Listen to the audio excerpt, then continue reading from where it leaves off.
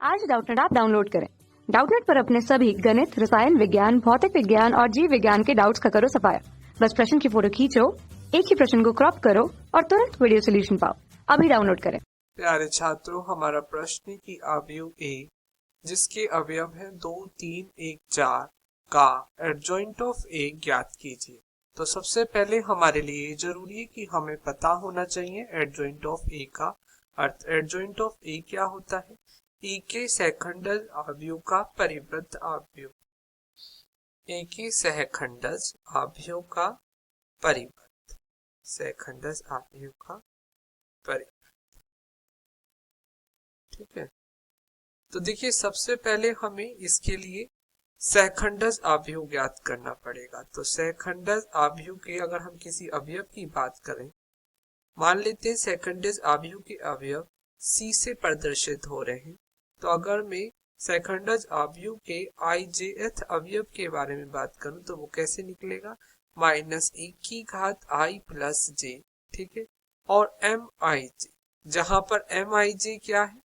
जहां पर mij उपसारणिक, और ये उपसारणिक हमें कैसे प्राप्त होता है? ये ए का उपसारणिक है। देखिए ये उपसारणिक भी किसका है? मान लीजिए जिस हमारा जो ए अवयव है, इसका जो अवयव ए आई जे के बारे में हम बात करें तो ये ए आई जे का उपसारणिक, ए आई जे का उपसारणिक। अब देखिए ए आई जे का उपसारणिक कैसे निकलता है। देखिए यदि ये अवयव ए आई जे है, ठीक है, तो इसके साथ जो पंक्ति है और स्तंभ है उसे छोड़कर जो आपके पास सारणी या अवयव शेष रह जाता है वही उपसारणिक कहलाता है। तो इस प्रकार अब हमें जो प्रश्न में दिया गया है अवयव ए, हम उसके बारे में बात कर लेते हैं। हमें अवयव ए में दिया गया है 2, 3 और 1, 4 इसके अवयव है। ठीक है, इसका हमें सहखंडज अवयव ज्ञात कर लेते हैं। सबसे पहले इसके सहखंडज अवयव को भी हम सी से प्रदर्शित करते हैं। वो कैसे आएगा? देखिए -1 की, अगर ये वाला अवयव क्या कहलाएगा? a11। ठीक है, तो -1 की घात 1 प्लस 1 और इसका उपसारणिक देखिए इसके साथ जो पंक्ति और स्तंभ हटा दें तो उपसारणिक क्या बचेगा? 4। ठीक है, इस प्रकार -1 ये क्या होगा? a12, तो -1 की घात 1 प्लस 2 और इसके साथ जो पंक्ति और स्तंभ हटाने के बाद उपसारणिक क्या बच रहा है? 1। ठीक है, अब इसी प्रकार -1 की घात 2 प्लस 1, क्योंकि ये क्या है? a21। ठीक है, दूसरी पंक्ति पहला स्तंभ है, इसके साथ जो ये पंक्ति और स्तंभ हटाने के बाद उपसारणिक बचता है ये 3। ठीक है, अब यहाँ पर आ गया -1 की घात 2 प्लस 2, अर्थात ये वाला दूसरी पंक्ति और दूसरे स्तंभ वाला ये अवयव क्या है? अगर इसके साथ जो ये 4 है, इसके 4 के साथ जो पंक्ति इसे हटा दें और स्तंभ को हटा दें तो हमारे पास उपसारणिक क्या रह जाता है? 2।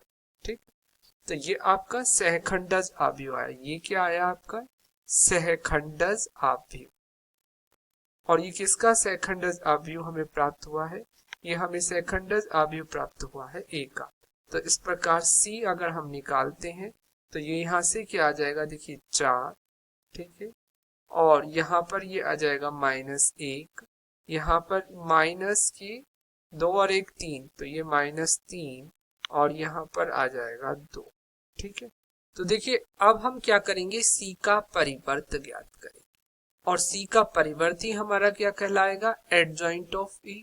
ठीक है, ए के सहखंडज अवयव का परिवर्त अवयव ही आपका एडजॉइंट ऑफ ए कहलाएगा। तो देखिए जब परिवर्त निकालते हैं तो इसका अर्थ क्या है? पंक्ति को स्तंभों में और स्तंभों को पंक्ति में हम परिवर्तित कर देते हैं। तो देखिए यहाँ पर जो पंक्ति 4 -1 है इसे हमने स्तंभ में परिवर्तित कर दिया, -3 और 2 को भी हमने स्तंभ में परिवर्तित कर दिया। तो एडजॉइंट ऑफ ए क्या आ गया? 4 -1 -3 2। और यही आपके इस प्रश्न का उत्तर है। धन्यवाद। कक्षा 6 से 12वीं से लेकर नीट, IIT, JEE वो एडवांस के लेवल तक 1 करोड़ से ज्यादा छात्रों का भरोसा। आज ही डाउनलोड करें डाउटनेट ऐप या व्हाट्सएप करें अपने सारे डाउट्स 8400 400 400 पर।